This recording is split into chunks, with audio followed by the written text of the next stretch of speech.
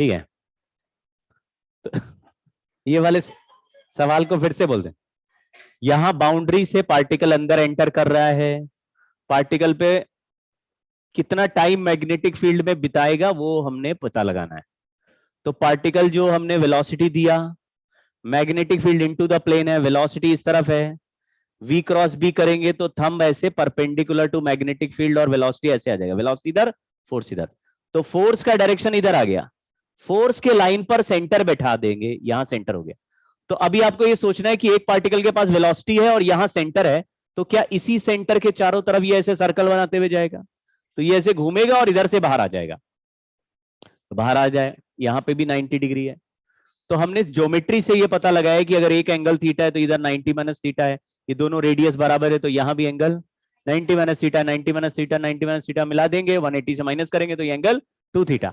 लेकिन सर्कल में कितना एंगल पार्टिकल ट्रेस कर रहा है, 2 पाई माइनस 2 थीटा। देखो सर्कल यहां से यहां तक चल रहा है, what is the angle made by this circle at its centre, तो 2 पाई माइनस थीटा।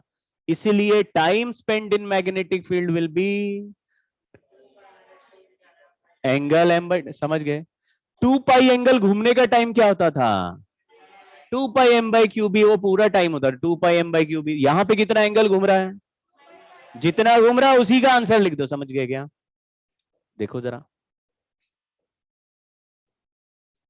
ये सवाल में मैग्नेटिक फील्ड रिवर्स डायरेक्शन में है, डायरेक्शन ऑफ फोर्स बताओ। ये जो एरो चल रहा है इसकी तरफ हाथ रखा, फिंगर घुमाए तो अंदर की तरफ घूम रहे हैं, जबकि मैग्नेटिक फील्ड आउटवर्ड है, तो ये जो हाथ था इसी को रिवर्स कर दिया और फिर बाहर की तरफ मोड़ लिया, तो थंब वेलोसिटी के परपेंडिकुलर बाहर की तरफ आ गया। समझ गए क्या, नहीं नहीं, ये वेलोसिटी दिख रहा है, ये वेलोसिटी के डायरेक्शन में हाथ घुमाए, लेफ्ट हैंड रूट से करना है। ट्रिंग, मैग्नेटिक फील्ड किधर है, मैग्नेटिक फील्ड किधर है, आउटवर्ड है, वेलोसिटी किधर है, इधर है, ये आ गया, मैग्नेटिक फील्ड आउटवर्ड है, वेलोसिटी इधर है, तो वेलोसिटी के परपेंडिकुलर फोर्स ऐसे नीचे की तरफ आ जाएगा, तो फोर्स ऐसे नीचे की तरफ अगर एफ लगाएंगे, इधर की तरफ फोर्स आ गया, तो फिर पार्टिकल का सेंटर किधर रहेगा, सर्कल का सेंटर, अब बोले इधर बाहर रहेगा, बाहर रहेगा तो पार्टिकल सर्कल में नीचे की तरफ ऐसे बेंड होके मुड़ जाएगा, यहां पे बना हुआ पाथ दिख गया क्या। अब इसका टाइम कितना आएगा बताओ, अरे लल्ला देख तो लो, यहां पे ये और ये क्या हो गया, सेंटर हो गया, ये एंगल थीटा है, मतलब ये एंगल थीटा है, ये कितना एंगल हुआ, ये कितना एंगल हुआ, तो ये कितना एंगल हुआ, अभी सर्कल पे घूमने वाला एंगल कितना है, तो टाइम बोलो,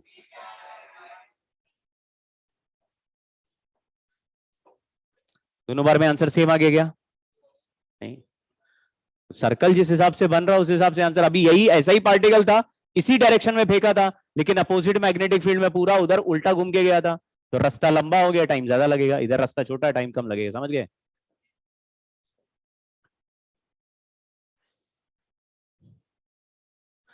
find angle of deviation when particle comes out of magnetic field.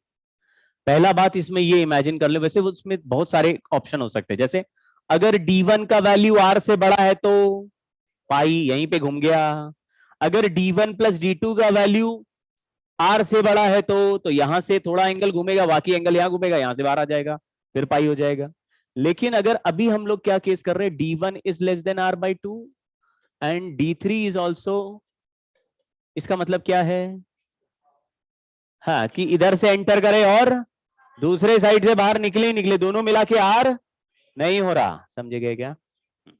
तो आपको इसमें करना बिल्कुल सिंपल है, अगर आप तो कंफ्यूज है तो बिल्कुल कंफ्यूज नहीं होइए, बीच के गैप से कुछ नहीं होता, बीच का गैप क्या करता है, जैसे यहां से पार्टिकल अंदर ऐसे मुड़ा, मुड़ के यहां बाहर निकलेगा तो इस रास्ते पे कैसे चलेगा, क्यों, तो थोड़ा एंगल यहां पे घूम गया, फिर यहां से एंटर करा तो अब की परपेंडिकुलर एंटर नहीं करेगा, इसी एंगल पे एंटर करेगा, थोड़ा सा और घूमेगा, समझ गए क्या, फिर इधर से जब बाहर आएगा तो इसका एंगल बढ़ के कुछ और हो जाएगा, θ2, समझ गए। यहां पे बाहर आया θ1 पे, फिर यहां एंटर कितने पे किया और बाहर कितने पे आया। तो शुरुआत से फाइनल के बीच में व्हाट इज टोटल डेविएशन, इसी का मुझे डर था। θ1 प्लस θ2 नहीं है, वहां पे टोटल एंगल ही θ2 है, समझ गए क्या। यहां पे कितना डेविएशन हो, θ2 डेविएशन नहीं हुआ, यहां पे θ2 माइनस θ1 डेविएशन हुआ, समझ गए क्या। एंटर करते समय 30 डिग्री पे घुसा और बाहर निकलते समय 40 डिग्री पे निकला, तो यहां पे तो 10 डिग्री का ही डिफरेंस आया ना, समझ गए। 30 डिग्री पहले आ गया और 10 डिग्री फिर आया, कितने पे बाहर निकला 40 डिग्री पे। तो अगर बोलोगे व्हाट इज टोटल डेविएशन, तो क्या बोलोगे, पूरा ही 40 बोलोगे ना, समझ गए क्या। ये थोड़े बोलोगे 30 प्लस 40, सेंस बना क्या बोल रहा हूं, नहीं। ये जो एंगल है, ये पूरे एंगल को ही क्या बोल रहा हूं, आपको ओरिजिनल डायरेक्शन दिख रहा है और ओरिजिनल डायरेक्शन से एंगल दिख रहा है, ये कितना एंगल लिखा हुआ है, तो मतलब फाइनल आंसर क्या आएगा।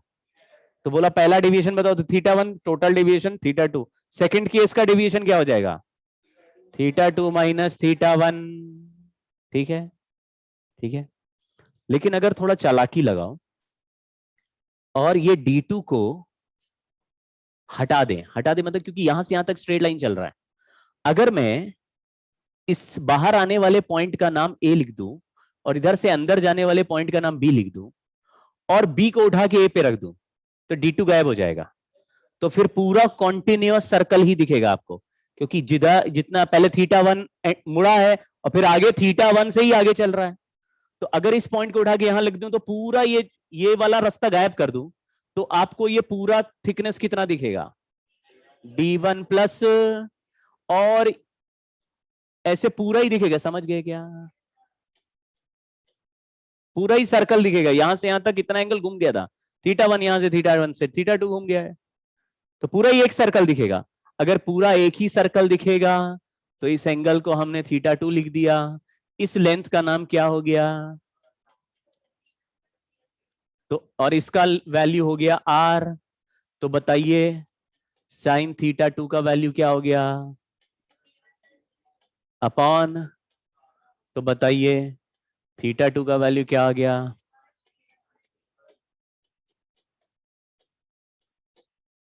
r क्या होता है, उसका फॉर्मूला उससे सॉल्व कर सकते हैं। ये हमारा आंसर सीधा आ जाएगा θ2। मतलब यहाँ पे दो टुकड़े कर दिए, आप उसको चिंता नहीं करनी है, अगर दोनों टुकड़े का सम r से छोटा है तो डायरेक्ट एंगल निकल आएगा d1 प्लस d3। अगर इतने का ही एंगल पूछेगा तो d1 बाई r, समझे क्या, साइन थीटा इक्वल टू, लेकिन पूरा एंगल पूछा तो d1 plus d3 by r। यहां का लेंथ क्यों नहीं लिया, क्योंकि यहां पे कोई डेविएशन नहीं हो रहा, डेविएशन जिस थिकनेस से होता है मैग्नेटिक फील्ड वाले से होता है, एंगल लिख दो। हाँ जी, हाँ हाँ हाँ, नहीं नहीं, टाइम में बीच वाला टाइम लेना पड़ेगा तुम्हें, है कि नहीं। हाँ। जैसे अगर पूछा जाए कि D1 और D3 मुड़ने में कितना टाइम लगा, तो टाइम D1 प्लस D3 का कितना हो गया, तो वो हम लिख देंगे θ2 m बाय QB। लग रहा है लल्लू निकले, लल्लू नहीं निकले, समझे क्या ये बात। थीटा कितना एंगल D1 प्लस D3 में टोटल एंगल कितना घूम गया, तो एंगल m बाई QB लिख देते तो टाइम आ जाता है, ये टाइम आ गया। और इसमें अभी लेकिन टोटल टाइम पूछा होता तो हम लोग को ये वाला टाइम भी निकालना पड़ता, समझ गए क्या। अब आप देखो यहां पर जो वेलोसिटी है वो वही v है जिससे हमने फेंका है, और यहां एंगल कितना है, तो बताइए हॉरिजॉन्टल वेलोसिटी का कंपोनेंट कितना हुआ। तो बताओ यहां से यहां पहुंचने में d2 डिस्टेंस के लिए टाइम कितना लगा, तो टाइम फॉर d2 डिस्टेंस बोलो बच्चों, d2 अपॉन v cos, और cos θ1 का वैल्यू कैसे निकालेंगे, sin θ1 का वैल्यू कैसे लिखेंगे, समझ गए क्या। इससे cos थीटा निकाल के यहां रखना, मतलब थोड़ा कॉम्प्लेक्स सवाल है, लेकिन ये अलग अलग टाइम ऐड कर दिया। सर्कल में चलने का टाइम सिंपल है, जितना एंगल घूमा एंगल m बाय क्यूबी कर दो, सर्कल का टाइम हो गया, और ये तो स्ट्रेट चल रहा है, स्ट्रेट का टाइम हमने स्ट्रेट लाइन से अलग निकाल दिया, समझ गए क्या।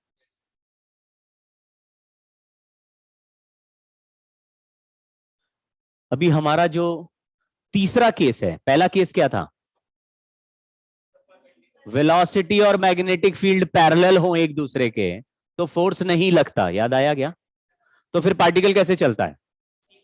स्ट्रेट लाइन चलेगा मैग्नेटिक फील्ड के पैरेलल। देखो अगर मान लीजिए मैग्नेटिक फील्ड एक्स एक्सिस में है और वेलोसिटी भी एक्स में दे दिया तो पार्टिकल एक्स एक्सिस में स्ट्रेट चलता रहेगा, उसमें कोई चेंज मतलब कोई सर्कल नहीं बनता, वो स्ट्रेट चलता है। और अगर वेलोसिटी और मैग्नेटिक फील्ड के बीच में 90 डिग्री है तो मैग्नेटिक फील्ड के परपेंडिकुलर प्लेन में सर्कल बनने लगेगा, घूमता रहेगा पार्टिकल। और अब जो हम बात कर रहे हैं वहां पे there is some angle between v and b, यानी परपेंडिकुलर नहीं रखना है, तो angle between velocity and vector b is theta, ऐसा है। और ये थीटा 90 नहीं है, ठीक है? तो देखो देखो देखो देखो, वेलोसिटी और मैग्नेटिक फील्ड के बीच में एंगल थीटा है।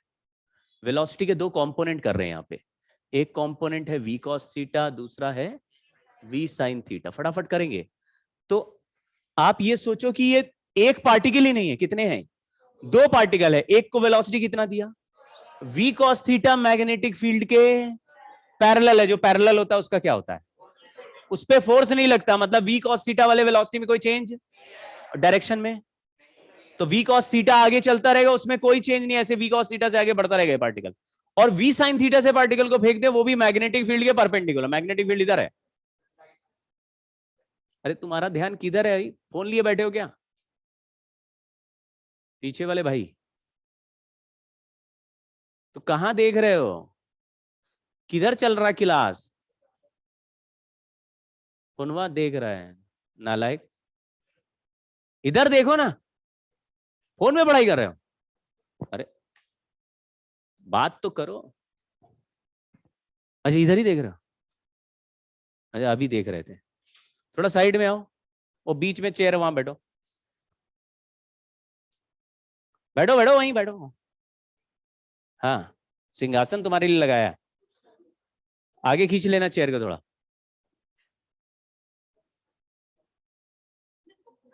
इतना भी नहीं, आ जाओ शर्माओ नहीं।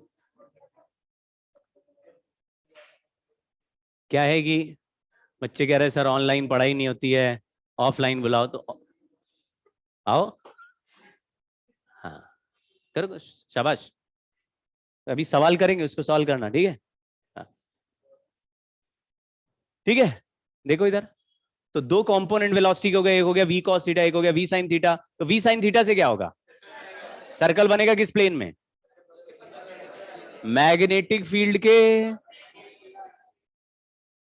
समझ गए? अब दोनों मिला के बोलेंगे तो v sin थीटा से सर्कल बनता रहेगा और v cos थीटा से वही सर्कल आगे खिसकने लगेगा, तो स्प्रिंग जैसा रास्ता दिखने लगेगा। हेलिकल पाथ हो। आओ आओ, हेलिकल पाथ। जैसे जो रिकॉर्डिंग जो देखेगा आज की, उसको इस बच्ची जैसा ही लगेगा, ये जो अभी आई ना। ये क्या स्टार्ट हो गया अचानक? देखो देखो इधर देखो, लेट आए, बात नहीं। इधर इधर देखो, डिस्टर्ब नहीं करो उसको। नोटबुक निकालो, देखो देखो ऐसे बात है, बना बना गया है।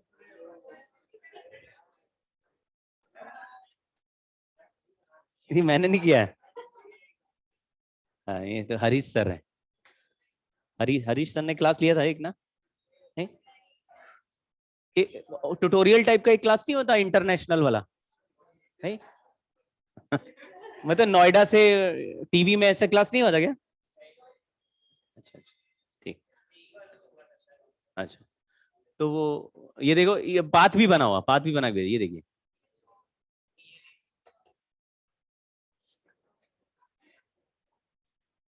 पार्टिकल समझ गए? आगे बढ़ने का स्पीड क्या है? और ये आगे बढ़ने का जो v cos थीटा, ये किस डायरेक्शन में आगे बढ़ रहा है? नई बच्ची, इधर इधर। v cos थीटा से आगे, और सर्कल घूमने का स्पीड क्या है? v sin theta, v sin theta, ठीक है? अब फॉर्मूला लगा रहे, देखते चलना। यहां पे लिख रहा हूं मैं, बताना मुझे। Radius of circular path. Radius बोलो भाई, हाँ तुरंत बोल सकते हो। एम वी, गैस कर पाए कैसे आया होगा? गैस कर लिया? ठीक। Time period of revolution, time period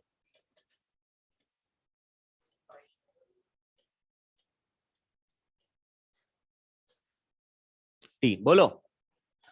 2 pi M bye, इसमें तो वेलोसिटी आता ही नहीं था, तो v cos theta v sine theta कोई फर्क नहीं पड़ रहा है इसको, ठीक है। तो पार्टिकल घूमते हुए एक राउंड कंप्लीट करने का टाइम यही है। लेकिन पहले सर्कल होता था तो पार्टिकल घूम के सर्कल में वापस उसी पॉइंट पे आ जाता था जहां पे से स्टार्ट हुआ। और इसमें क्या है, सर्कल में घूमने के बाद पार्टिकल उस पॉइंट पे वापस नहीं आएगा, थोड़ा आगे शिफ्ट होएगा। तो हमको ऐसे दिखेगा कि पार्टिकल घूमा और देखो इसे थोड़ा सा आगे बढ़ गया। ये किस डायरेक्शन में थोड़ा सा आगे बढ़ गया? मैग्नेटिक फील्ड के डायरेक्शन में, समझ गए क्या? क्योंकि आपको आई कैप जे कैप के कैप वाला मैग्नेटिक फील्ड का पहले वेक्टर दिया रहेगा, तो आपको पता रहेगा उस डायरेक्शन में पार्टिकल राउंड कंप्लीट करके आगे मिलेगा। सेम पॉइंट पे अपने पुराने रास्ते को टच नहीं करेगा, उससे थोड़ा आगे। किस डायरेक्शन में? मैग्नेटिक फील्ड के। अभी एक राउंड और लगाया, फिर यहां पे आ गया। तो आप बोलेंगे अरे ये तो हर बार एक राउंड में सेम डिस्प्लेसमेंट आगे खिसक रहा है। इस डिस्प्लेसमेंट का नाम होता है पिच। तो पिच का फॉर्मूला है डिस्प्लेसमेंट इन 1 रेवोल्यूशन, समझ गए? तो बोलो आगे चलने का स्पीड क्या था और पूरा एक राउंड घूमने का टाइम क्या है? तो v cos theta into T करेंगे तो पिच आ जाएगा, समझ गए? चलिए v cos थीटा तो पता है, t का वैल्यू। अभी इसमें 1-2 सवाल करेंगे, इस पिच को सॉल्व करेंगे। सवाल तो मैं लाया था, मैं दूसरे बैच में कराया तो मिला नहीं मुझे। तो हमारे कितने केसेस एग्जांपल? 3 केस हो गए। पहला वेलोसिटी पैरेलल है मैग्नेटिक फील्ड के, तो फोर्स 0 रहेगा, वेलोसिटी स्ट्रेट चलता रहेगा बाजू। और परपेंडिकुलर भेज दिया तो उसी प्लेन में मैग्नेटिक फील्ड के परपेंडिकुलर प्लेन में सर्कल। थोड़ा ध्यान दीजिए क्योंकि सवाल स्ट्रेट फॉरवर्ड आ रहा है। मतलब रेडियस पूछ ले रहे हैं, टाइम पूछ रहे हैं, इतना आधा सर्कल का टाइम बता दो, ऐसा सवाल पूछ रहे भाई। बिल्कुल बेकार सवाल पूछ रहे हैं, लेकिन अगर जरा भी चूके तो गड़बड़ हो जाएगा आपसे, ठीक है। हम लोग तो थोड़ा डिफिकल्ट सवाल भी करेंगे। अभी मैं आपको हेलिकल पाथ का एक जनरल सवाल करा रहा हूं, 2 करा सकते हैं, बट पहले एक देखो, देखिए पढ़ो। इसमें पहले तो रियलाइज करना है। लिखो, लिखा हुआ particle of charge mass m charge q at t equal to 0 has velocity 3i cap 4k cap, और मैग्नेटिक फील्ड कितना दिया हुआ है? मैग्नेटिक फील्ड i कैप में है और वेलोसिटी किधर है? i cap. और तो आपको ऐसा लग रहा है मैग्नेटिक वेलोसिटी का एक कंपोनेंट तो मैग्नेटिक फील्ड के डायरेक्शन में है और दूसरा कंपोनेंट, कुछ समझ में आया क्या? तो इसमें कंपोनेंट लेने की जरूरत हमें है क्या? तो बताओ v cos थीटा का वैल्यू कितना है इस सवाल में? v cos थीटा वो कंपोनेंट को लिखा था which is in the direction of magnetic field parallel, कितना है? 3 है। और v sin थीटा का वैल्यू कितना है? 4 है। अभी इसमें रेडियस निकालना है तो आंसर क्या होगा? M v by q b. चलो m into 4 by q into, समझ गए? सर्कल सर्कल वाला पार्ट हो गया। अब क्वेश्चन लेकिन ये नहीं पूछा कि पार्टिकल कितने सर्कल में चलेगा, कितना टाइम पीरियड, कितना पिच है। ये तो बेसिक 3 सवाल पूछते ही हैं कि इसका पिच बता दो, हेलिकल पाथ बन रहा है उसका पिच बता दो, ठीक है। हाँ हेलिकल पाथ बन रहा है, ये हमने पहले बात करनी थी। अब यहां पे कोऑर्डिनेट पूछा है। अब बताइए एक पार्टिकल ऐसे घूमते हुए जा रहा है तो हवा में 3 डायमेंशनल स्पेस में घूम रहा है। ये देखो, ये घूम भी रहा है, यानी कि एक्स वाई प्लेन में भी घूम रहा है, और या वाई जेड प्लेन में घूम भी रहा है, और एक्स एक्सिस में आगे भी बढ़ता रहेगा। कैसे पता एक्स में आगे बढ़ेगा? क्योंकि मैग्नेटिक फील्ड किस डायरेक्शन में दिया हुआ है। तो पार्टिकल एक्स में चलेगा स्ट्रेट और वाई जेड प्लेन में बनाएगा सर्कल। तो इसलिए हम 2 अलग अलग सॉल्व करेंगे, क्योंकि एक्स में चलेगा स्ट्रेट और कुछ भी चेंज नहीं होगा। तो एक्स कोऑर्डिनेट सॉल्व करने के लिए 3 कोऑर्डिनेट है वैसे, एक्स सॉल्व करने के लिए v cos theta into time सीधा कर देंगे, समझ गए? कितना दिया v cos थीटा? किसी भी टाइम t के बाद वो कितना आगे खिसक जाएगा? 3t आगे खिसक जाए, क्योंकि आगे चलने का वेलोसिटी 3 है और किसी भी टाइम t में बिना फोर्स के आगे चल रहा है। समझ गए? और अब सर्कल किससे बन रहा है? 4 से। और सर्कल किस प्लेन में बन रहा है? वाईजेड प्लेन में।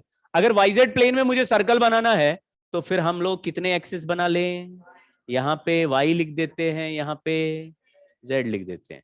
y क्रॉस z करेंगे तो बाहर आ जाए आई कैप। देखो j क्रॉस के आई होता है, j क्रॉस के आई। तो मैग्नेटिक फील्ड किधर है? आउटवर्ड है, तो यहाँ पे आउटवर्ड बना दिया। समझ गए? अब वेलोसिटी का कौन सा कंपोनेंट किस तरफ दिया हुआ है बताओ? अभी 3 वाला तो बनाना नहीं, 3 वाला तो ऑलरेडी हम सॉल्व कर चुके हैं कोऑर्डिनेट। तो बचा आप केवल सर्कल वाला। सर्कल किससे बन रहा है? 4 से। What is the value of 4? मतलब 4 वाला कंपोनेंट किस तरफ? इस फोटो में किधर बना है बताओ? 4 के कैप लिखा हुआ है, किधर बना है? तो यहां पे मैंने एक वेक्टर बना दिया, उसका वैल्यू लिख दिया 4। 4 के कैप है। और मैग्नेटिक फील्ड किधर है? आउटवर्ड है। नहीं तो हम डायरेक्टली क्रॉस प्रोडक्ट से कर सकते हैं। 4 के कैप क्रॉस 5 जे कैप इनटू चार्ज। ये हमारा फोर्स का आंसर आ जाएगा इसी मोमेंट पे। के क्रॉस जे क्या होता है? नहीं, आई कैप है, सॉरी आई कैप। के क्रॉस आई क्या होता है? के क्रॉस आई क्या होता है? के क्रॉस आई क्या होता है? दो ही ऑप्शन है। के क्रॉस आई क्या होता है? आई जे के आई।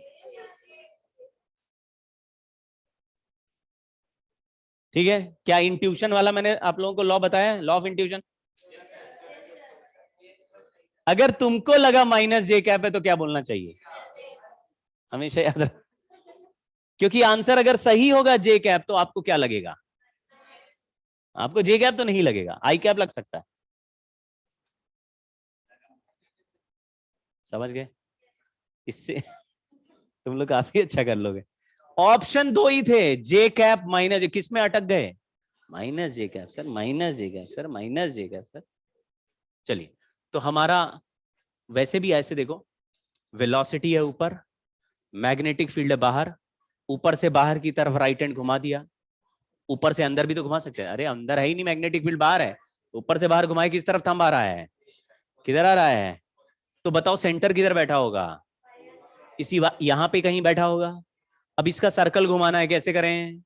आपने बोला ये सेंटर है तो ये लो सर्कल है। समझ गए क्या? ऐसे पूरा सर्कल भी बना सकते हैं। हाँ, पूरा सर्कल, ऊपर नीचे दोनों मैग्नेटिक है। आप समझे नहीं? मैग्नेटिक फील्ड किधर है तो ये सर्कल किधर निकल के आ रहा है? ये बाहर निकल के आ रहा है। समझ गए ना? लेकिन इधर देखेंगे तो पार्टिकल किस में दिखेगा? 4 से सर्कल में घूम रहा है और 3 से बाहर निकलते आ रहा है। तो ये स्प्रिंग को ऐसे देखते हो तो क्या दिखता है आपको? क्रॉस सेक्शन सर्कल दिखेगा। और ऐसे देखोगे तो सर्कल आगे बढ़ता हुआ दिखेगा। वैसे ही तो इसलिए दो अलग अलग रास्ते देख रहे हैं। ये रास्ते में वेलोसिटी 3 है तो एक्स एक्सिस में आगे बढ़ने की स्पीड 3 है, तो एक्स एक्सिस में किसी भी टाइम पे कितना चल जाएगा? ये थोड़ी ना सर्कल, तो स्ट्रेट है, तो कितना आगे निकल जाएगा? 3t। लेकिन वाईजेड में तो सर्कल बना रहा है, तो वाईजेड में अलग से सर्कल के दो कोऑर्डिनेट बनाएंगे, एक वाई एक जेड। पार्टिकल टी टाइम में कहां पहुंच जाता है? जनरल पॉइंट पे। ये याद आ गया क्या? ये आर है, ये आर है, यहां पे एंगल लिख दिया ओमेगा टी, फिर ऐसे परपेंडिकुलर ड्रॉप कर दिया। तो ये वाला कोऑर्डिनेट जेड एक्सिस हो गया, ये वाला distance.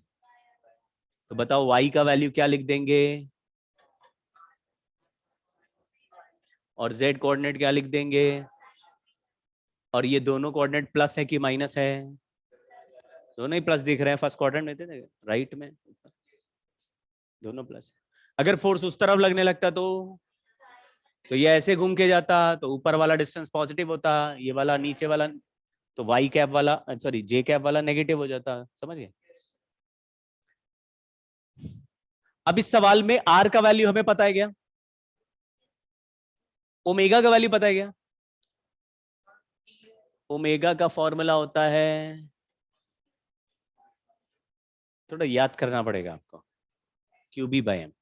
Q b by omega का वैल्यू क्यू दिया है सवाल में, क्यू क्यू है, एम दिया है, एम एम है, और बी दिया है 5, तो क्यू बी बाई।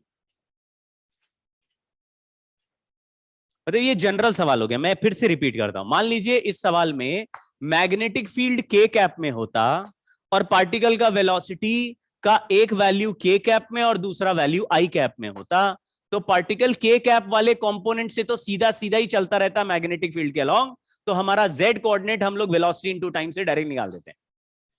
लेकिन मैग्नेटिक फील्ड अगर के कैप में है तो पार्टिकल सर्कल किस प्लेन में बनाएगा? एक्स वाई प्लेन में। मैग्नेटिक फील्ड अगर के कैप में है तो पार्टिकल सर्कल कहां बनाएगा? एक्स वाई में। और पार्टिकल का जो इनिशियल वेलोसिटी है वो मान लो एक्स एक्सिस में दिया है, मैग्नेटिक फील्ड जेड एक्सिस पे दिया है, तो आई क्रॉस के करेंगे तो फोर्स माइनस जे में आ जाएगा, तो पार्टिकल एक्स से माइनस जे की तरफ मुड़ के सर्कल बनाने लगेगा। तो सर्कल से हम दो कोऑर्डिनेट बनाएंगे, एक्स और वाई, और जेड कोऑर्डिनेट मैग्नेटिक फील्ड के अलोंग वाला फिक्स है। तो थोड़ा इमेजिन करो।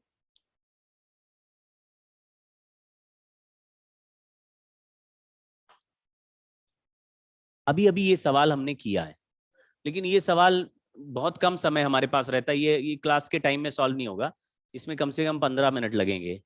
वो इसीलिए, अच्छा टाइम पास करेगा, वो इसलिए 15 मिनट लगेंगे जब आप कैलकुलेटर यूज करेंगे, और अगर कैलकुलेटर यूज नहीं करेंगे इस सवाल में तो होगा ही नहीं आपसे सॉल्व, मतलब आपसे नहीं होगा। अरे इंसल्ट कर रहा हूं मैं आपसे, समझ रहे हो? क्योंकि तो अब मैं क्या करता हूं, आप इसको घर पे सॉल्व करना, लेकिन सिचुएशन पढ़ लो तो इसको। कैलकुलेटर के बाद भी हजारों साल का संघर्ष था, ऐसे कुछ दिमाग में कॉन्सेप्ट डिस्कस हो जाता है ऐसे में।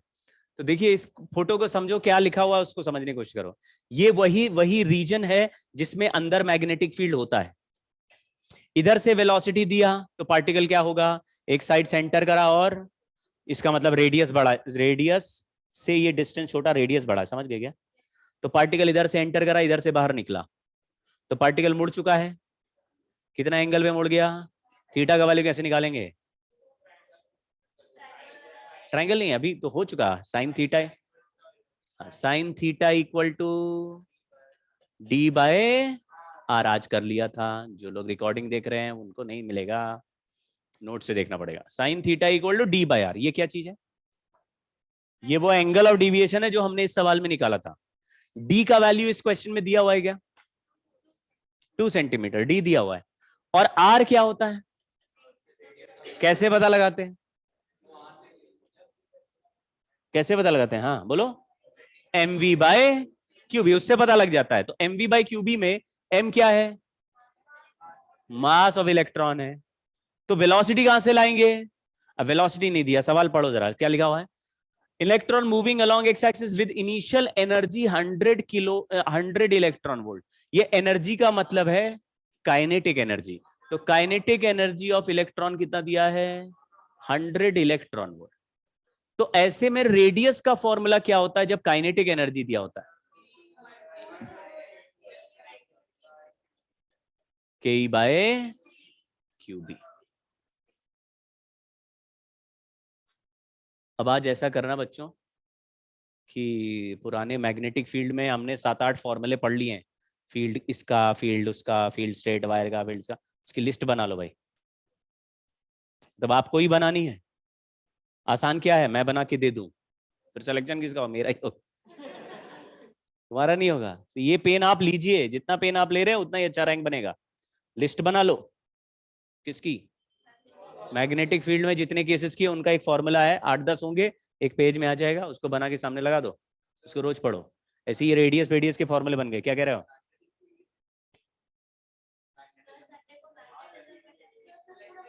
टेस्ट बन चुका ऑलरेडी, मुझे नहीं पता है। हाँ कहाँ हुआ? डीपीपी दे, अभी आज ही तो दिया डीपीपी, पागल भग। हाँ कोई बात नहीं, करंट वाला भी पढ़ लो। नेक्स्ट, हाँ नेक्स्ट वीक ले लेंगे मैग्नेटिज्म का।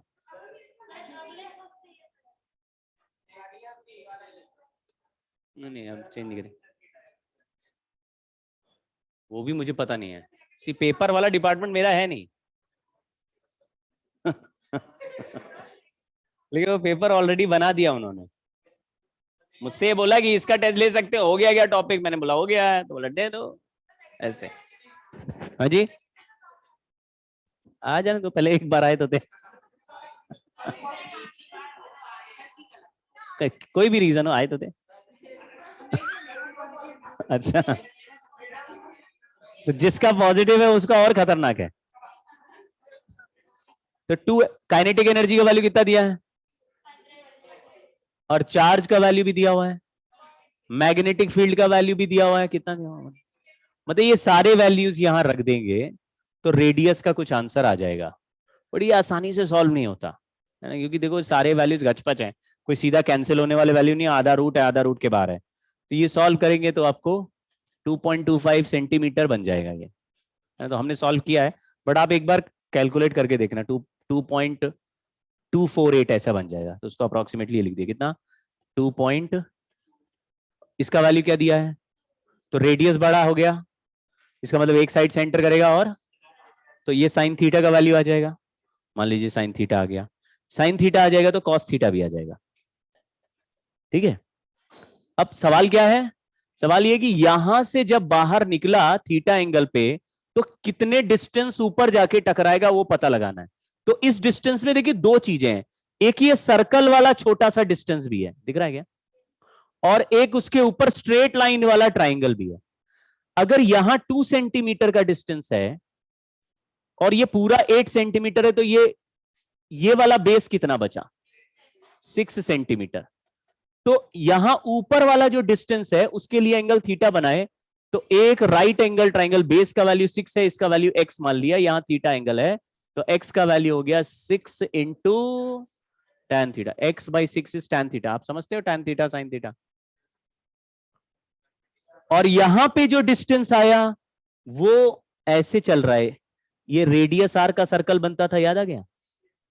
तो ये वाला डिस्टेंस हमें कैलकुलेट करना है, ये हो जाएगा r minus r cos theta. थोड़ा ध्यान दो,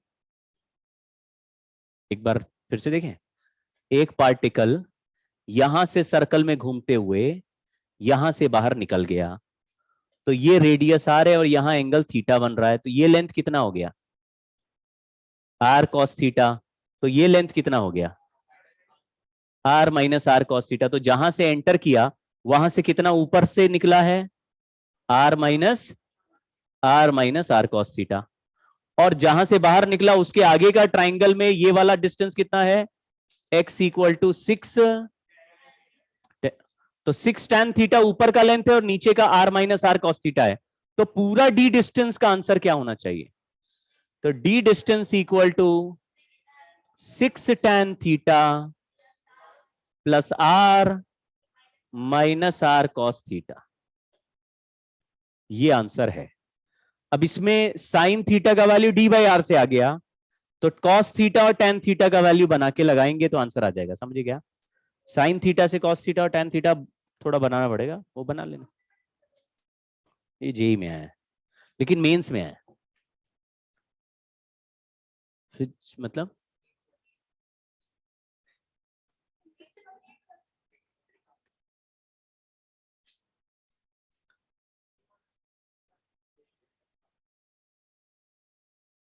हाँ बोलो, कौन सा वाला, ये वाला डिस्टेंस, एक राइट एंगल ट्राइंगल बना हो और ये हाइपोटेनियस आर हो, उस डायग्राम को देखो, इसके नीचे वाले पॉइंट से कितना ऊपर जाके टकराए ये पूछा है। तो नीचे वाले पॉइंट से ये सर्कल वाला हाइट हो गया एक तो, और इससे ट्राइंगल वाला हाइट अलग हो गया। ट्राइंगल का हाइट है ये वाला x 6 tan थीटा, और नीचे वाला ये डिस्टेंस है ये r minus r cos theta है। तो टोटल हाइट p पॉइंट से कितना मिल गया,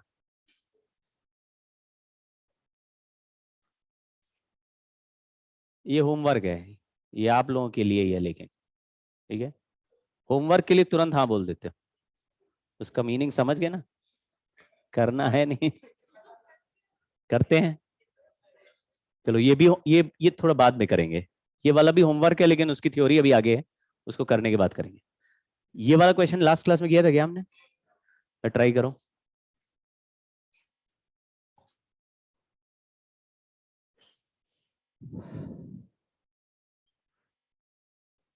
magnetic field B not J cap exist in a region of A से 2a के बीच में। यहां पे देखो एक जगह है ए से 2a के बीच में मैग्नेटिक फील्ड का वैल्यू कितना दिया हुआ है, और 2a से 3a के बीच में वैल्यू कितना दिया है। तो यहां लिखा भी है ये minus b not J cap और ये बी नॉट जे कैप है। और पार्टिकल को फेंका गया है velocity v nought i cap से। सवाल है कि किस किस रास्ते पे पार्टिकल चलता दिखेगा, मतलब what is the approximate path of the particle. 4 option है। इस ग्राफ को थोड़ा ध्यान से देखना, यहां पे क्या क्या कोऑर्डिनेट्स दिए हुए हैं। तो मैं एक बार बना रहा हूं, देखो ध्यान से, ये z एक्सिस है, ये x एक्सिस है। तो पार्टिकल को किस डायरेक्शन में वेलोसिटी दिया है, वहां देखो बना हुआ है कितना, यानी पार्टिकल का वेलोसिटी किस तरफ एरो बना दे। तो आप बोलो ऐसे आई कैप में एरो बना देते हैं, इधर ही है। अच्छा, इसमें एक जगह ऐसी है जहां पर मैग्नेटिक फील्ड जे कैप में, पहले देखो जे कैप में एक्स इधर है, जेड इधर है, तो जे कैप किधर है।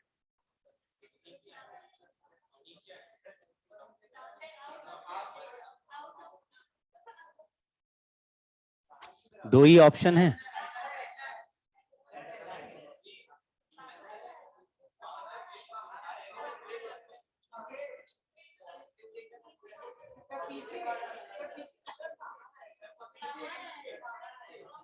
ये आई कैप है, वो के कैप है। आई जे के आई।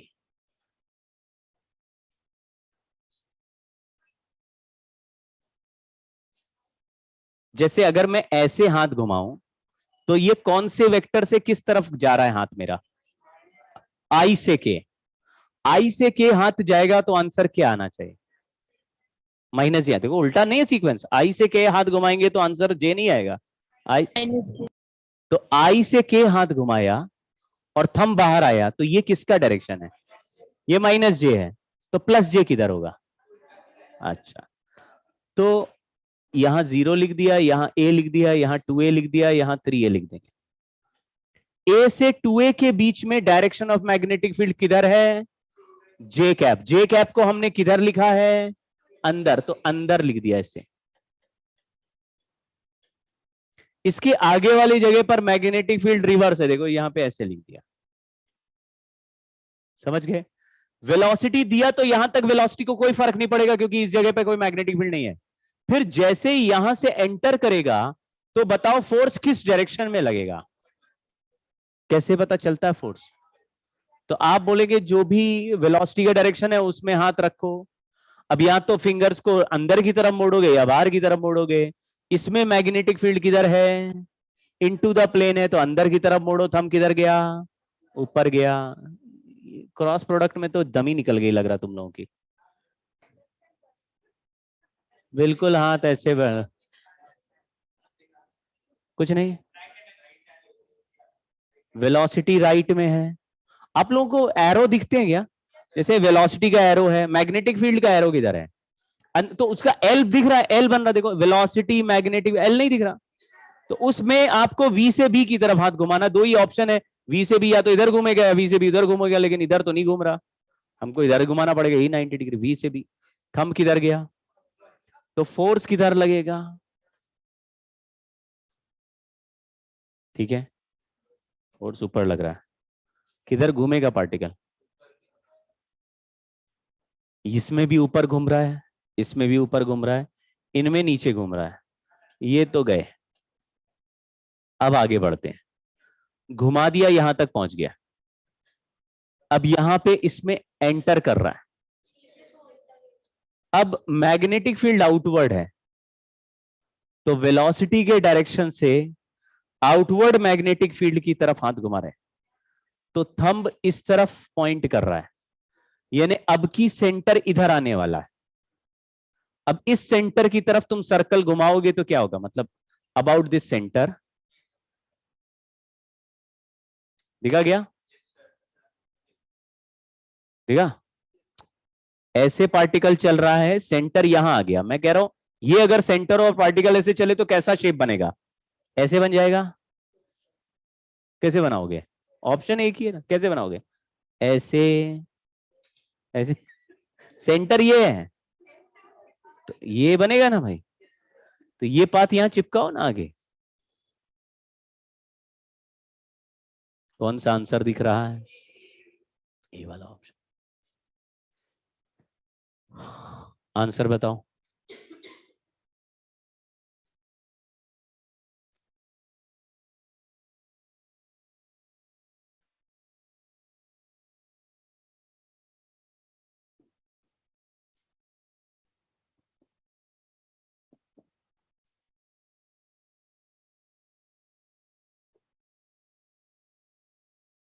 इस फोटो में एक रेडियस बड़ा लग रहा है दूसरे रेडियस से। क्या ये गैस कर लिया? हाँ, अब बताओ क्या फॉर्मूला होता है रेडियस का? एक बार लिखो तो क्या आंसर आएगा?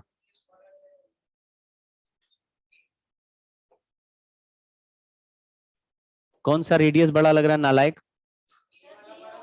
हाँ,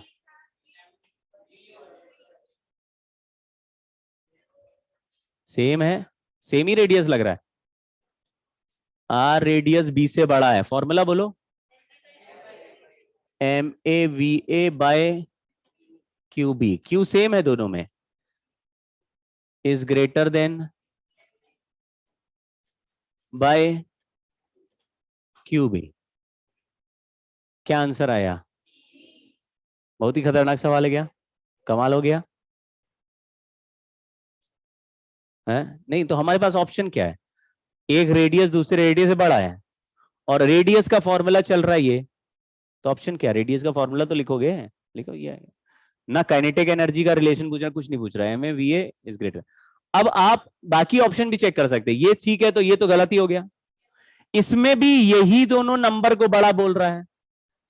तो अगर बी का मास बढ़ाओ और बी का ही वेलोसिटी बढ़ाओ तो उनका प्रोडक्ट तो बड़ा हो ही जाएगा, समझे क्या? तो ये तो महा गलत हो गया ना। समझ गए? अगर इसमें एक ग्रेटर और एक लेस होता तो सही हो भी सकता था, पॉसिबिलिटी है। जैसे अगर यहां दो नंबर लिख दूं मैं, कोई दो नंबर इधर लिख दूं और इधर दो नंबर लिख दूं और पूछूं ये दो नंबर का प्रोडक्ट इन दो नंबर के प्रोडक्ट से ज्यादा आ रहा है, तो क्या ये दोनों नंबर इंडिविजुअली इन दोनों नंबर से बड़े होंगे? ऐसा जरूरी? कोई भी छोटा बड़ा हो सकता है। तो अगर कोई भी छोटा बड़ा होता तो पंगा हो जाता इस ऑप्शन में। ये सही भी हो सकता था लेकिन डेफिनेटली सही नहीं हो सकता था। यही वाला ऑप्शन सही। चौथा वाला तो बिल्कुल ही गलत है। क्यों? फिर तो रेडियस बराबर ही आ जाएंगे।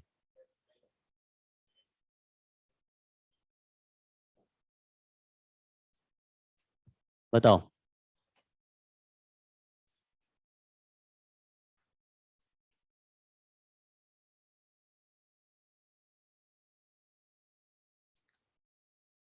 मैग्नेटिक फील्ड किस जगह पे है वो दिख रहा है।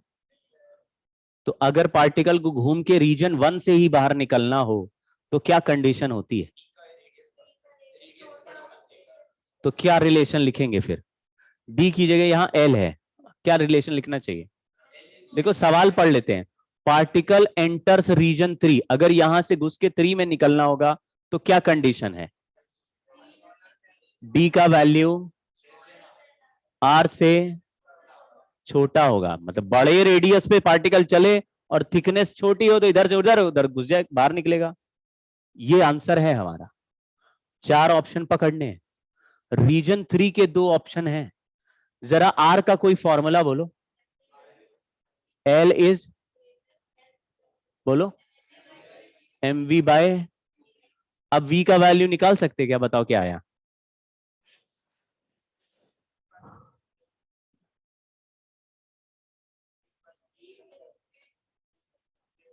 कोई ऑप्शन दिखा क्या? कोई ऑप्शन दिखा क्या?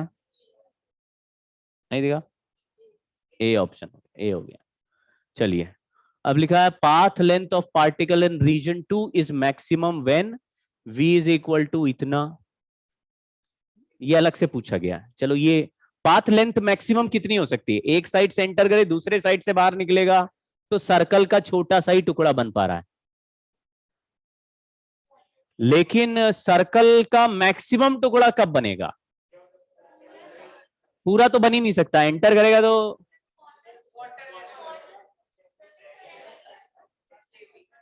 क्वार्टर से बड़ा तो सेमी सर्कल होता ही है। सेमी सर्कल से बड़ा यहां पे कोई सर्कल नहीं बन सकता, समझे क्या? अरे आप समझे नहीं, इक्वल टू पे भी पकड़ लेगा, बड़े पर भी पकड़ लेगा, इक्वल टू पे भी पकड़ लेगा, समझे क्या? लेस नहीं होना चाहिए, स्लाइटली लेस होता तो क्वार्टर सर्कल बनता, तो क्वार्टर सर्कल से तो सेमी सर्कल बड़ा होता ही है, समझे क्या? तो सी वाले ऑप्शन में यही लिखा हुआ है। तो बताइए, अगर हमको सेमी सर्कल बनाना है तो ये डी मतलब एल का वैल्यू किसके इक्वल कर दें? आर के। अब बताओ आर का फॉर्मूला बोलो। M v by equal to l, तो वी का वैल्यू क्या आया? ऐसा करेंगे तो कैसा पाथ बनेगा? और सेमी सर्कल का जो रास्ता है वो, हाँ, हम इससे छोटा क्यों नहीं बोल रहे वेलोसिटी को, या ये ऐसे डी को ग्रेटर देन आर क्यों नहीं बोल रहे?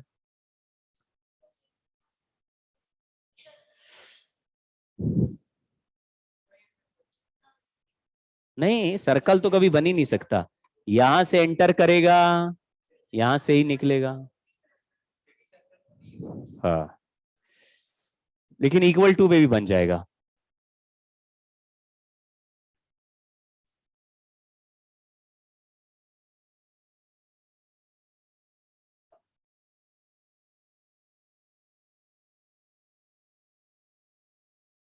हाँ, मतलब मैं वो जज करने की कोशिश कर रहा था, क्योंकि यहाँ पे लिखा हुआ ना पाथ लेंथ मैक्सिमम है। अब पाथ लेंथ मैक्सिमम का मतलब समझना आप जरा ध्यान से। अगर एल ग्रेटर देन आर करेंगे तो भी सेमी सर्कल बनेगा। एक बार कोशिश करते हैं, एल ग्रेटर देन आर करेंगे तो भी, तो greater than equal to r कर दिया, l greater than equal to r करेंगे तो सेमी सर्कल बनेगा। यहां पे एल का वैल्यू यही रहने देते हैं और आर की जगह लिख देते हैं m v by q b. तो वी का वैल्यू क्या आ गया? Less than equal to q l b by, यानी वेलोसिटी का वैल्यू या तो इससे कम होना चाहिए या इतना होना चाहिए। तो अभी मैक्सिमम पाथ लेंथ बनाना है तो वेलोसिटी भी मैक्सिमम रखनी, फिर से सुनना, क्योंकि रेडियस का जो आंसर है, यानी जो पाथ बना, पाथ का लेंथ आ रहा है पाई आर, दिखा क्या? सेमी सर्कल बन रहा है तो पाथ का लेंथ कितना बन रहा है? अगर पाथ को मैक्सिमम रखना है तो पाई आर में आर को भी, अब आर का फॉर्मूला होता है m v by q b, तो आर को मैक्सिमम रखना है तो वेलोसिटी को भी मैक्सिमम रखना पड़ेगा। और रिलेशन ये आ रहा है कि वेलोसिटी इस वैल्यू से बराबर हो या छोटी हो, तो वेलोसिटी को इससे छोटा रखेंगे तो आर का वैल्यू भी छोटा मिलेगा, तो पाथ भी, मतलब जितने जितना धीरे फेंकोगे उतने छोटे सेमी सर्कल में घूम जाएगा। सेमी सर्कल तो हर बार बनेगा, और बड़ा वेलोसिटी देंगे तो और बड़े सेमी सर्कल में। लेकिन हमको बनाना ऐसा सेमी सर्कल जिसका रास्ता मैक्सिमम हो, मैक्सिमम हो मतलब इस पॉइंट को टच करते हुए जाए। कुछ सेंस बना गया? इसलिए कौन सा वाला ऑप्शन पकड़ रहे हैं? इक्वल वाला, तो अपने आप पाथ लेंथ मैक्सिमम हो जाए, ठीक। और time spend in region 2 is same for any velocity as long as the particle returns to region 1, ये भी सही है। क्यों? टाइम वेलोसिटी पे डिपेंड नहीं करता, किस पे डिपेंड करता है? नहीं, 2 पाई में तो तब बोलते हैं तो 2 पाई एंगल बना रहा होता है, एंगल ऑफ डिविएशन पे। अगर पार्टिकल रीजन 1 में ही वापस आ रहा है तो कितना एंगल घूम रहा होगा?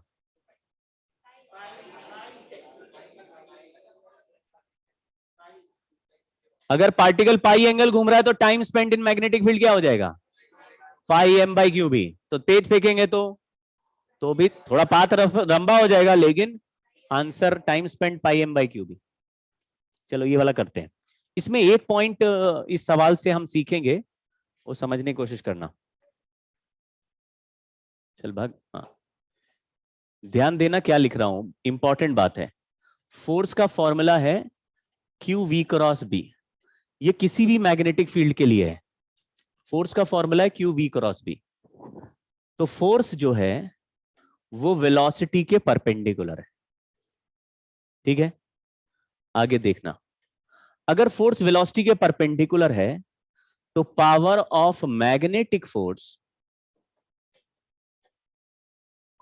ऑन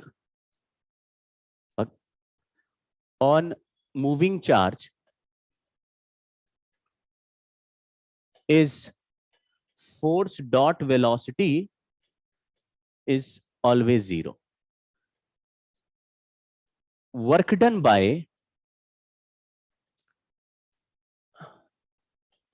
देख लो, आप समझ लो फिर से, जिस डायरेक्शन में भी वेलोसिटी होती है फोर्स उसके मैग्नेटिक फोर्स का formula q v cross b है। क्रॉस प्रोडक्ट जिसमें लगता है वो हमेशा वेक्टर परपेंडिकुलर हो जाता है। A cross B is always perpendicular to both A and B. तो क्रॉस प्रोडक्ट होने की वजह से फोर्स हमेशा वेलोसिटी के, हम राइट हैंड रूल लगा रहे, बार बार वेलोसिटी के परपेंडिकुलर आ रहा है। फोर्स वेलोसिटी के परपेंडिकुलर, तो इस फोर्स का नाम सेंट्रीपिटल फोर्स है, मतलब this force acts as centripetal force. तो ये वेलोसिटी का मैग्नीट्यूड में कभी चेंज केवल क्या बदल सकता है, इसलिए ये सर्कल बना रहा था, लेकिन सर्कल चलने की स्पीड ना तो इंक्रीज होती थी ना डिक्रीज होती थी। तो आपको क्या बोलना है, इसकी पावर इस फोर्स की क्या है हमेशा, तो work done by this magnetic force on moving charge हमेशा क्या है, ऑन मूविंग चार्ज, बोलो जीरो है। यही एक ऐसा फोर्स है जिसका वर्क डन मूविंग चार्ज पे हमेशा ही जीरो होता है, चाहे किस भी तरह की मैग्नेटिक फील्ड हो, चाहे कोई भी चार्ज हो, चाहे किसी भी वेलोसिटी से फेंकते हो। कभी भी ये ट्रू स्टेटमेंट की तरह बोले कि मूविंग चार्ज पर मैग्नेटिक फोर्स का work done is always zero, ये हमेशा ट्रू स्टेटमेंट है। समझ गए क्या, क्योंकि फॉर्मूला ही क्रॉस प्रोडक्ट है। ये अकेला ही फोर्स है जिसका इररिस्पेक्टिव ऑफ मतलब कोई भी तरीके से बात कर लो, जैसे तुमने बोला अगर हम वेलोसिटी बदल दे चार्ज की तो जो भी वेलोसिटी कर दोगे उसके परपेंडिकुलर हो जाएगा। अगर हम रामलाल को चला दें तो भी उसको जो वेलोसिटी दिखेगी उसके परपेंडिकुलर हो जाएगी। समझ गए क्या, इससे फर्क नहीं पड़ता कि चार्ज की वेलोसिटी क्या है या रामलाल को क्या दिख रहा है। समझ गए, रामलाल नहीं याद है,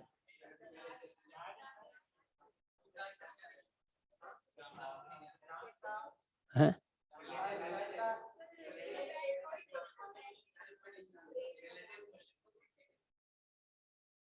रामलाल का क्या काम है, वो हमारा ऑब्जर्वर है, किसी भी रिलेटिव मोशन के लिए हम लोग उसको बुला लेते हैं।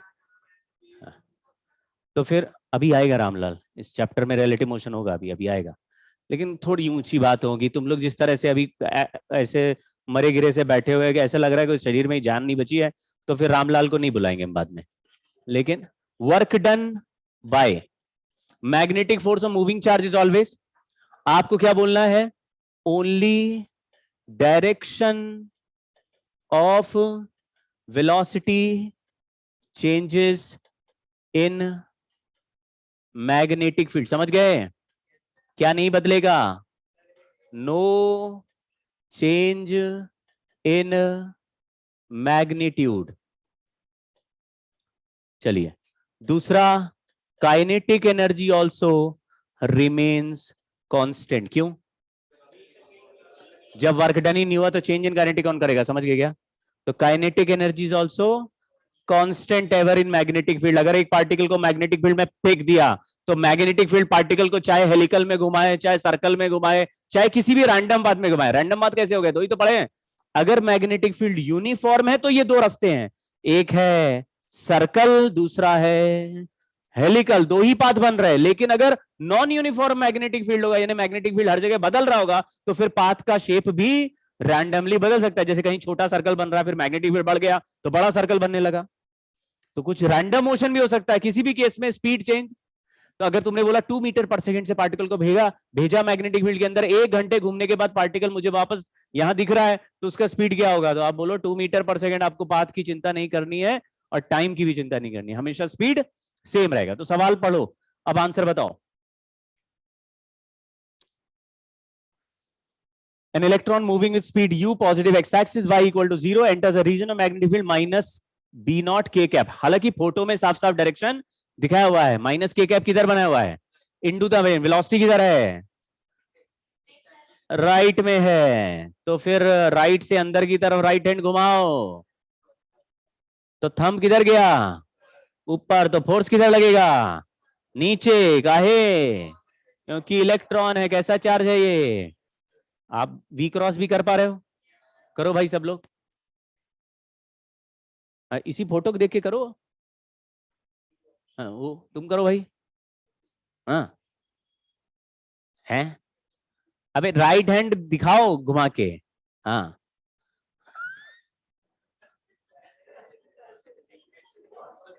राइट हैंड घुमाना है, ये लो। इसके इसके हिसाब से वेलोसिटी किधर है? वेलोसिटी किधर है? हाँ, और मैग्नेटिक फील्ड किधर है? नहीं, क्रॉस बना मतलब इनसाइड, वेलोसिटी इधर है, मैग्नेटिक फील्ड अंदर है। हाथ घुमाओ और बढ़िया घुमाओ। हाँ, और इस तरफ कर लो। हाँ अब आप करो। हाँ बोल रहे वेलोसिटी ऐसे राइट में, ये राइट में वेलोसिटी है, मैग्नेटिक फील्ड अंदर है, तो राइट में हाथ रखो पहले। चलने दो ना उसको, 2-4 बार ऐसे चलने दीजिए, फिर घुमा के देखो अंदर की तरफ घूम रहा है। नहीं घूमेगा तो फिर हम इसको पलट देंगे, फिर ऐसे करके फिर घुमाएंगे। अगर मैग्नेटिक फील्ड बाहर होता तो, बाहर होता तो ऐसे रखे तो बाहर नहीं घूम रहा, तो पूरा पूरा 180 डिग्री पलट दो, फिर घुमा दो। तो दो ही तो ऑप्शन है, या तो फोर्स नीचे लगेगा या ऊपर लगेगा। इसमें किधर लग रहा है? वी क्रॉस भी ऊपर आ रहा है, वी क्रॉस भी ऊपर आ रहा है, लेकिन ये चार्ज कैसा है? तो नेगेटिव चार्ज जो आंसर आता है उसका पलटता है आंसर। तो फोर्स का डायरेक्शन किधर हो गया? नीचे हो गया। तो पार्टिकल को जैसे ही पुश करेंगे फोर्स नीचे लगेगा, पार्टिकल किधर जाएगा? नीचे। क्या ऑप्शन सही है? कैसे बता? अगर नीचे मुड़ेगा तो उसका कोऑर्डिनेट नेगेटिव आई की तरफ आएगा या पॉजिटिव आई की तरफ आएगा? नेगेटिव आई की तरफ आएगा। और वेलोसिटी के बारे में, मतलब स्पीड के बारे में क्या बोले? यू स्पीड से फेंका, बाद में वी स्पीड से चल रहा है, तो सेम क्यों है? क्योंकि मैग्नेटिक फील्ड में कभी स्पीड चेंज, मतलब कि अगर स्पीड चेंज हो रही है किसी भी पार्टिकल की, तो आप समझ जाना वहां पे केवल मैग्नेटिक फील्ड नहीं है, there has to be some other field involve in. समझ गए क्या? या तो वहां इलेक्ट्रिक फील्ड है, या ग्रेविटेशन है, या कोई और फोर्स, फ्रिक्शन और कुछ और फोर्स लग रहा है, टेंशन, स्प्रिंग फोर्स, कोई और फोर्स होगा, तभी चार्ज की स्पीड बदल जाएगी। मैग्नेटिक फील्ड से स्पीड चेंज। तो अगर मान लो किसी ने बोला मेरे पास एक पार्टिकल है जिसका स्पीड पहले 1 मीटर पर सेकंड था, अब बदल के वो स्पीड 3 मीटर पर सेकंड हो गया, तो आप, और यहां पे केवल दो ही फील्ड है, electric field and magnetic field, तो आप बोलना ये जो स्पीड चेंज हुआ है, इसमें जितनी काइनेटिक एनर्जी आई है वो किसके वर्क से आई है? समझ गए क्या बोला? अगर वेलोसिटी 1 से 3 हो गया तो तुम बोलोगे हाफ mv², बाद में ज्यादा, इनिशियल कम है, तो जितना एक्स्ट्रा एनर्जी है वो किसके वर्क से आया? वो जो एक्स्ट्रा फील्ड है उससे आएगा। मैग्नेटिक फील्ड का वर्क हमेशा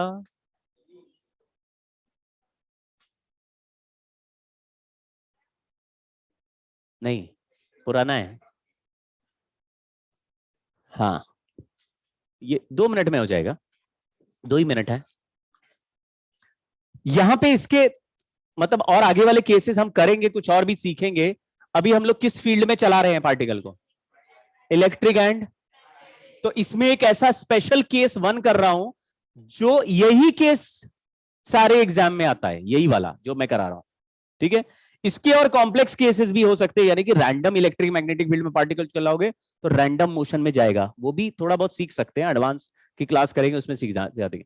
लेकिन जो केस 1 है, यही केस 1 आपको अच्छे से याद करके जाना है। एग्जैक्ट यही सवाल आएगा जो मैं दे रहा हूं अभी आपको। क्या है कि if a charge Q moves in mutually perpendicular electric and magnetic field, अब ये दोनों यूनिफॉर्म है, and its velocity remains constant. क्योंकि इसका प्रैक्टिकल पर्पस भी है इस कहानी का, इसलिए यह कहानी बहुत इंपॉर्टेंट है। अभी प्रैक्टिकल पर्पस भी बताता हूं 1 मिनट में। एक पार्टिकल ऐसा था जो v वेलोसिटी से चल रहा है, और यहां पे दो दो मैग्नेटिक फील्ड, दो दो फील्ड हैं। एक मैग्नेटिक फील्ड है मान लो b अंदर की तरफ ऐसे, और ये चार्ज q है, पॉजिटिव चार्ज है। तो बताओ मैग्नेटिक फोर्स किधर लग रहा होगा? आपने बोला v क्रॉस b फोर्स ऊपर लग रहा है, इसी जगह पर मैग्नेटिक फील्ड अंदर है, हमने इलेक्ट्रिक फील्ड नीचे की तरफ लगा रखा है। तो इलेक्ट्रिक फोर्स किधर लगेगा? नीचे। और मैग्नेटिक फोर्स किधर लगेगा? ऊपर। तो दोनों फोर्स अगर बराबर हो गए तो पार्टिकल का वेलोसिटी चेंज। तो मैंने बोला कि दो दो फील्ड हैं, तो भी इसका वेलोसिटी कैसा है, कांस्टेंट है। तो आप कहेंगे जी नेट फोर्स क्या होगा, 0 होगा। इसी फोर्स को हम दोनों फोर्स को वेक्टर सम करके लिख देंगे। ये फोर्स का जो रिजल्टेंट है, कौन सा फोर्स, लॉरेंज फोर्स। क्यों बोलते हैं इसको Lorentz force, Lorentz force, Lorentz. लेकिन ये लॉरेंज के होने नहीं होने से इसको क्या फर्क पड़ रहा, मुझे तो लग रहा है ये तो लॉजिकल चीज है। एक ऑब्जेक्ट पे 2 फोर्स लगते हैं तो रिजल्टेंट कैसे निकालोगे, दोनों का। तो उसको तो हम लॉरेंज नहीं बोलते, हम लोग बोलते थे एमजी और नॉर्मल दोनों लग रहा है तो लॉरेंज फोर्स हो गया एमजी प्लस नॉर्मल, ऐसे करते थे क्या। 3 फोर्स लग रहे हैं तो फिर से ऑरेंज कोई और नाम रख देंगे फिर। तो 4 फोर्स लगने लगे किसी ऑब्जेक्ट पे, नेट फोर्स कैसे निकालोगे, चारों को ऐड कर दोगे। तो इसके लिए कोई नया नाम लिखते हैं क्या, नहीं लिखते। फिर भी यहां पे क्या नाम लिखा हुआ है कि ये जो फोर्स का नाम है ये लॉरेंज फोर्स है।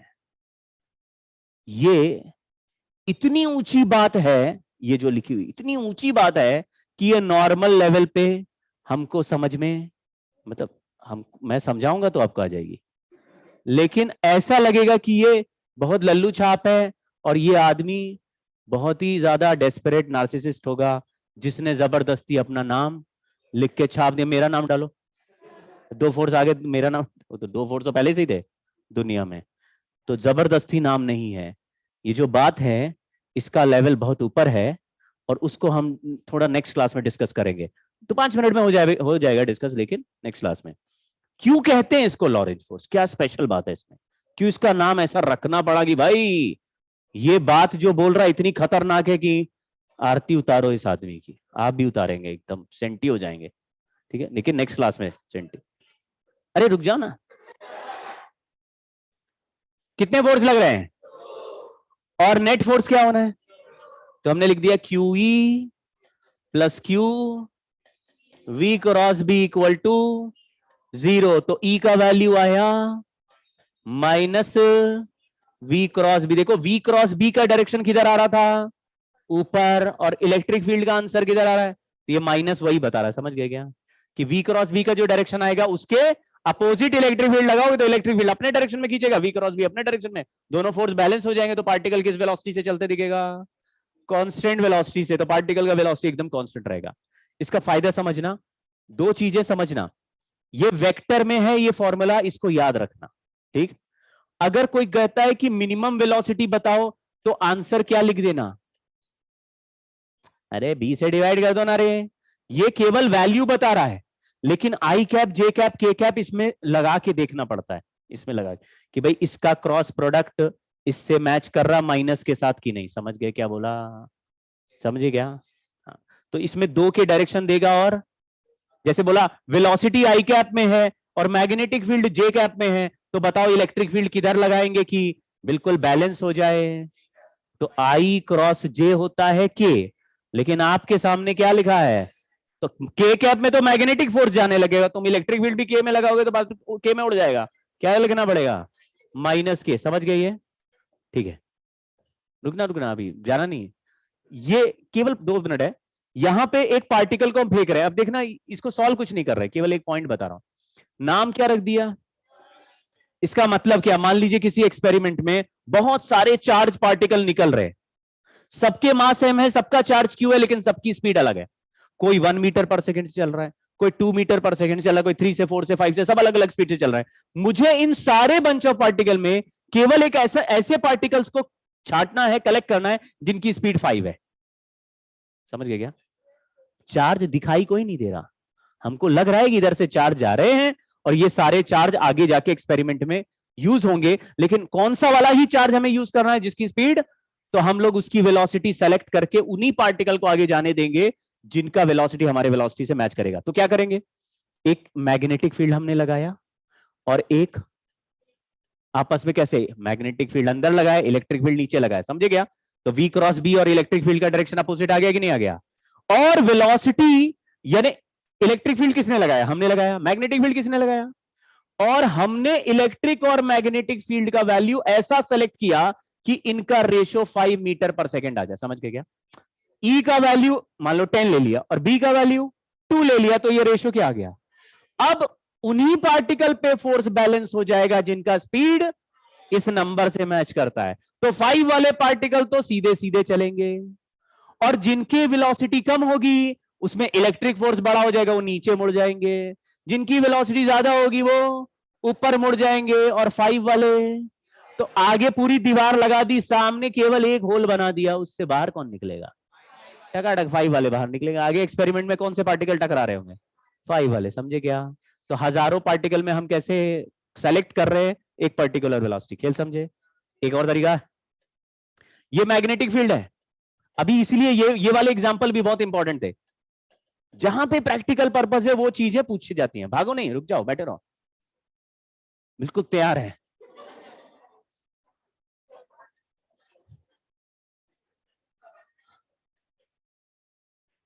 एक विंडो मैंने बनाई छोटी सी, उसमें से सारे पार्टिकल एंटर कर रहे हैं। अब इसमें मैग्नेटिक फील्ड की जरूरत है, इलेक्ट्रिक फील्ड की जरूरत नहीं। ठीक है, तो जितने भी V1 V2 V3 V4 सारे पार्टिकल जाएंगे अंदर। आपने बोला एक बाउंड्री से अंदर जाएंगे तो सेमी सर्कल बना के बाहर आएंगे, लेकिन V1 स्पीड वाला R1 रेडियस के सर्कल में घूमेगा mv/qb। V2 वाला जिसकी स्पीड ज्यादा होगी वो, जिसकी और ज्यादा होगी वो। तो मुझे V1 स्पीड का ही चाहिए, तो मैं उसका रेडियस अलग से कैलकुलेट कर लूंगा, mv/, और यहां से कितना नीचे आके होल बना देंगे 2r। देखो r + r, कुछ सेंस बना गया?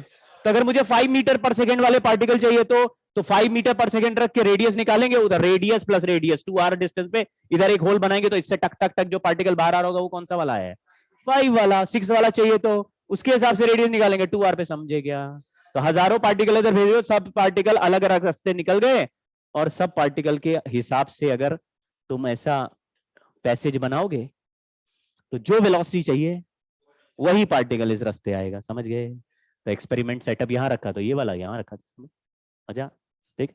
ये भी वेलोसिटी सेलेक्टर हो गया, वेलोसिटी सेलेक्टर, अलग अलग वेलोसिटी को अलग अलग। ये भी, ये बोलते इसी को है। नमस्ते।